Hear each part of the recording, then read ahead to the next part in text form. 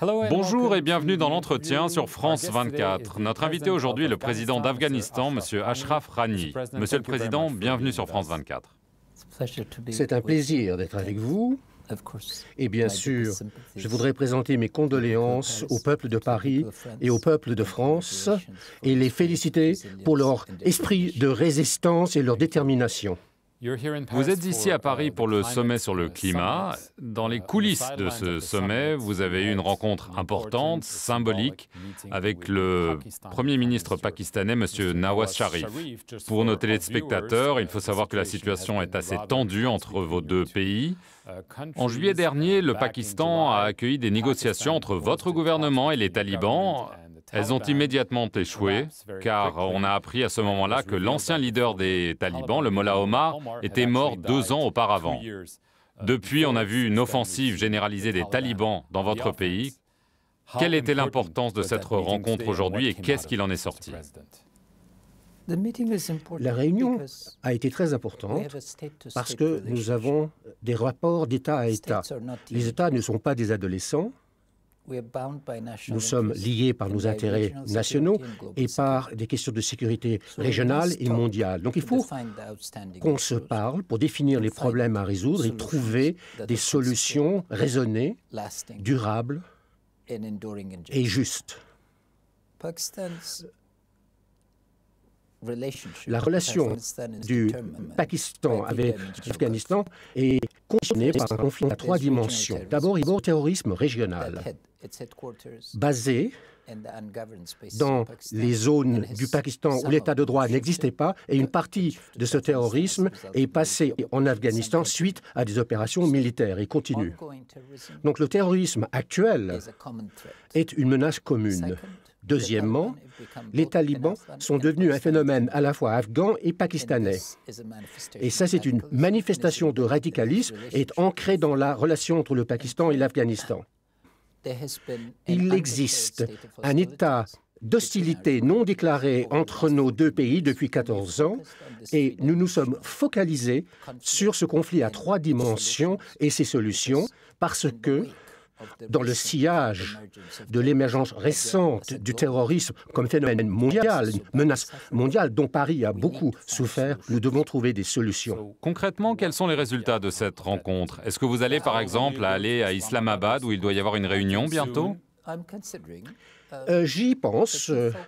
Le point clé a été de définir une chorégraphie sérieuse dans laquelle on peut se déplacer ensemble et nous focaliser sur la solution des problèmes entre maintenant et la fin de l'hiver.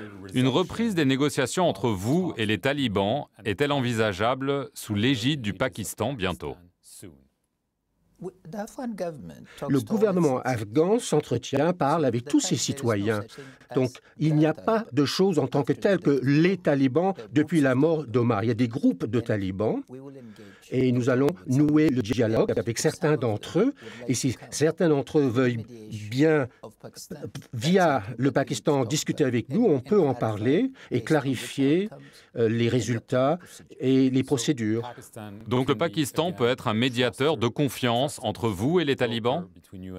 Le Pakistan peut être un intermédiaire, mais la confiance doit être méritée. Donc vous avez toujours des doutes? Non, comme je le dis, la confiance et la vigilance.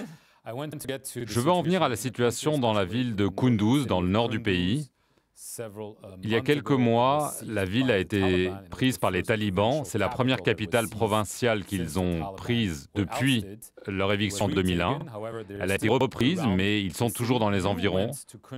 Vous vous êtes rendu récemment à Kunduz pour annoncer que vous renvoyez certains officiels qui, d'après vous, n'avaient pas rempli leurs fonctions, mais aussi pour entendre les complaintes de la population locale sur le fait que le gouvernement central ne les protège pas assez.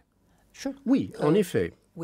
Nous avons créé une commission d'enquête indépendante présidé par l'ancien chef de notre service de renseignement et l'ancien ministre de l'Éducation, deux personnalités indépendantes et d'autres personnes très respectées. Ils ont mené l'enquête et ils ont posé une question principale. Était-ce un complot ou un échec du leadership? Et ils ont prouvé qu'il y a eu un échec du leadership, surtout au niveau local. Et alors, je suis allé sur place pour traiter cet échec et pour écouter les gens. Donc ça a été une réunion très animée en mairie et les gens, heureusement, croient en la liberté et en la liberté d'expression et ils ont noué le dialogue avec moi de manière très constructive. Est-ce que c'était un échec du gouvernement central aussi? Non, il n'y a pas eu un échec de la part du gouvernement central. Les mêmes décisions dans les autres provinces ont été payantes. Nous avons assez de forces de sécurité, donc ce n'était pas un manque de forces de sécurité, mais il y a eu un échec du renseignement. Et c'est la raison pour laquelle, sur la recommandation du directeur général de nos services de renseignement, j'ai renvoyé tous les responsables locaux parce qu'ils avaient déformé les faits. Ils ne nous avaient pas suffisamment avertis au centre, à partir de laquelle on aurait pu prendre les bonnes décisions. Mais en plus, la prise de décision du gouvernement central doit être améliorée. Est-ce que la ville est aujourd'hui protégée des talibans? La ville est sécurisée. La province doit encore faire face à certaines difficultés et nous sommes en train de mettre en œuvre des opérations pour veiller à ce que cette menace ne se reproduise pas. Kunduz est aussi le lieu d'un incident tragique, le bombardement d'un hôpital de Médecins sans frontières. 30 personnes ont été tuées. L'armée américaine a mené une enquête affirmant que c'était, entre guillemets, une erreur humaine. Certains officiels ont été suspendus, mais MSF affirme que ce n'est pas assez, qu'il faut une véritable enquête indépendante et que c'est possiblement un crime de guerre. Quelle est votre réaction? J'ai confiance dans l'enquête. Vraiment? Oui. C'était une enquête juste et approfondie? Oui, une enquête approfondie a été menée. Les deux bâtiments, j'ai vu des images détaillées et j'avais déjà visité l'hôpital lors de mes visites précédentes. Littéralement, les deux bâtiments sont à 200-300 mètres l'un de l'autre. Le bâtiment pour lequel on a appelé l'aviation n'était pas identifiable comme hôpital et rien ne permettait donc de le distinguer. Mais on sait qu'il y a eu des appels du personnel de l'hôpital pendant 1 heure. Tout a été enregistré. L'enquête a été approfondie, a été complète. Des personnes ont été sanctionnées et des personnes vont aborder l'étape suivante de la procédure juridique. Et c'est ça, l'application de la loi. Vous ne réclamez rien de plus? Non, il n'y a pas de précédent pour cela. MSF n'a pas eu de précédent au plan mondial.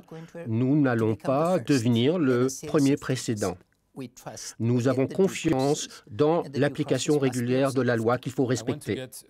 Mais j'apprécie, par ailleurs, je voudrais dire très clairement que le peuple d'Afghanistan et le gouvernement de l'Afghanistan apprécient beaucoup les services rendus par MSF et il est clair que nous respectons l'espace accordé aux humanitaires et notre armée, nos soldats, nos officiers ont complètement respecté l'espace humanitaire dans l'hôpital. C'était un accident tragique. Personne ne veut avoir des problèmes avec une organisation comme MSF qui est connue dans le monde entier. Je veux en venir à la question de l'organisation de l'État islamique, Daesh, comme on l'appelle. Il y a eu des affirmations selon lesquelles elle prend racine en Afghanistan, dans la province de Nangarhar, dans la province de Zaboul, par exemple. Est-ce vraiment une menace pour l'Afghanistan ou s'agit-il d'une perception? Parce qu'on sait que cette organisation frappe un petit peu partout, à Paris, en Turquie, au Liban ou ailleurs. Il y a 1 an, j'ai souligné, je crois que c'était lors d'une conférence sur la sécurité à Munich, j'ai utilisé 3 termes, pathologie, morphologie et écologie du terrorisme.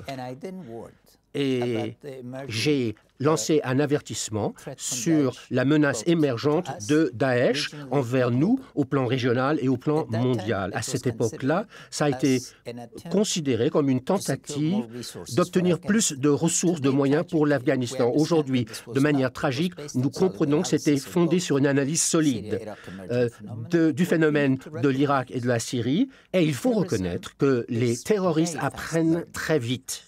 C'est également moralement répréhensible, sociologiquement c'est devenu un système et c'est relié avec la technologie moderne, avec des formes de recrutement et de propagande. Et la pathologie du terrorisme est d'instiller la peur. Et c'est une attaque sur la liberté de mouvement, c'est une attaque contre le rapport entre le citoyen et l'État, c'est une attaque contre la relation de confiance entre les citoyens, c'est une menace que nous traitons, mais ça n'est pas encore très présent, mais c'est une forme qui existe et il faut s'en occuper. Sont-ils liés à l'organisation de l'État islamique en Irak ou en Syrie, ou s'agit-il avant tout de Pakistanais, comme on l'a dit? La conception même d'une hiérarchie est un problème. Ce sont des réseaux, en fait. Des anciens talibans? Ce sont des réseaux qui mobilisent beaucoup de personnes, y compris le recrutement de femmes en Afghanistan via l'Australie. Donc, votre question, avec tout le respect que je vous dois, est fondée sur le modèle d'Al-Qaïda et pas sur la forme de terrorisme actuelle. Les réseaux essayent de se reproduire et leur vitesse d'apprentissage est très rapide et la réponse de l'État a été très lente parce que la bureaucratie est fondée sur l'application de la loi et la prise de décision à long terme. Et à court terme, l'État a eu du mal à se focaliser et quand on ne rend pas les services publics aux personnes, quand il y a la corruption, la mauvaise gouvernance de notre pays, il faut qu'on assume la responsabilité de tout cela. Dernière question, Monsieur le Président. Cela fait des années que l'Afghanistan est défendu par des troupes étrangères, ça a encore été récemment prolongé. Quand est-ce que vous imaginez votre pays capable de se défendre seul? Nous nous défendons tout seuls. 135 000 soldats ont quitté l'Afghanistan. Et contrairement à toutes les prédictions, nous avons réussi à nous défendre. Ce sont des Afghans qui se battent, qui meurent et qui défendent notre pays. Mais pas tout seul. Pas seul, parce que c'est une responsabilité conjointe. Merci beaucoup, Monsieur.